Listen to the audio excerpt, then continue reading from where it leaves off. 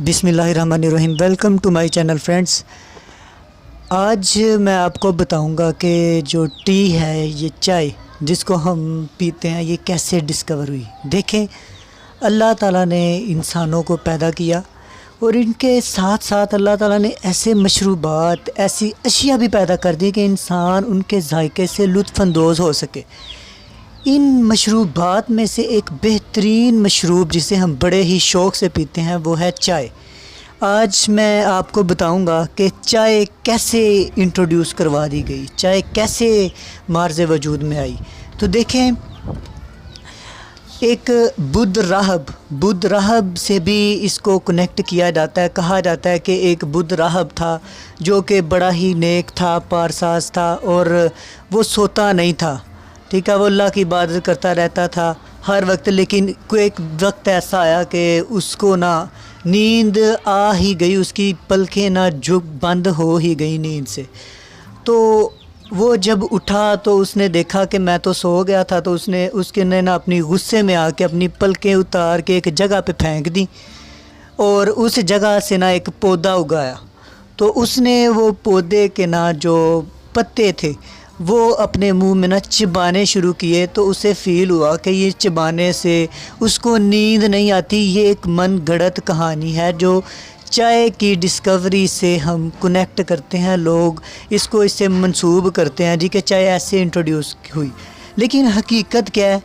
हकीकत ये है कि चाय जो है ये एक चाइनीज़ बंदा था जिसका नाम था शेन नोंग ने चाय को डिस्कवर किया चाइना में। और चाइना जो था वो बड़ी ही तेज़ी के साथ जो था इसका चाय का प्रोड्यूसर बन गया और इसकी मोनोपोली कायम हो गई पूरी दुनिया के अंदर। इसने जब चाय को इतना ज़्यादा एक्सपोर्ट करना शुरू कर दिया तो जो बरतानिया था ना, उसने भी इससे चाय ख़रीदना शुरू की। लेकिन चांदी के इवज़ वो क्या करता, चांदी चाइना को देता और इस चांदी के बदले चाइना से बरतानिया क्या करता, चाय वसूल करता। ठीक है, अब बरतानिया ने सोचा कि यार ये तो मेरे लिए काफ़ी महंगा काम है, मेरे लिए तो बड़ा मुश्किल है, ये मतलब ये मुझे तजारत महंगी पड़ रही है। तो उसने क्या किया, उसने चाइना से कहा कि हम क्या करते हैं, आज से मैं आपको अफ़ीम प्रोवाइड करूँगा और आप मुझे चाय प्रोवाइड करें। ठीक है, अब इस तरह दोनों कंट्रीज़ की आपस में तिजारत शुरू हो गई। फिर कुछ अर्सा गुज़रा तो चाइना की मोनोपोली अभी भी चाय में मौजूद थी। ठीक है, अब अभी भी चाय वही जो था वही वहाँ पे ही वही प्रोड्यूसर था।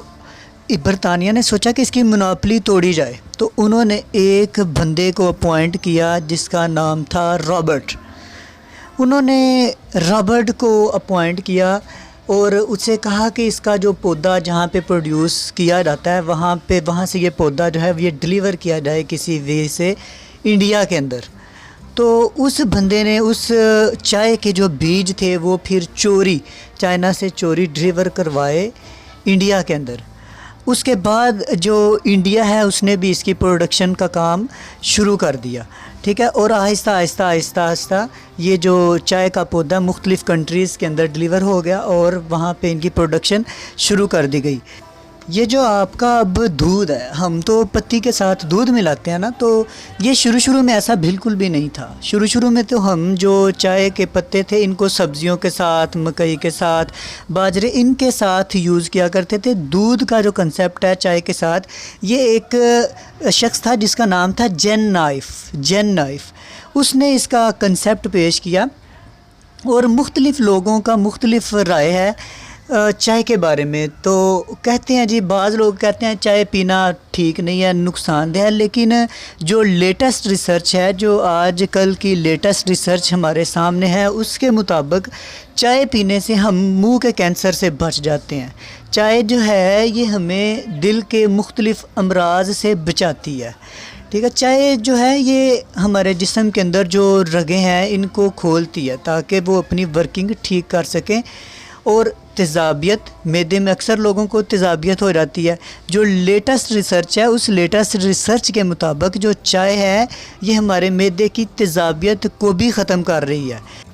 मैं आपको साथ साथ ये भी बताता चलूँ कि इस वक्त چائے دنیا کے اندر سب سے زیادہ جن ممالک میں استعمال کی جا رہی ہے وہ ہے ترکی اور آئرلینڈ۔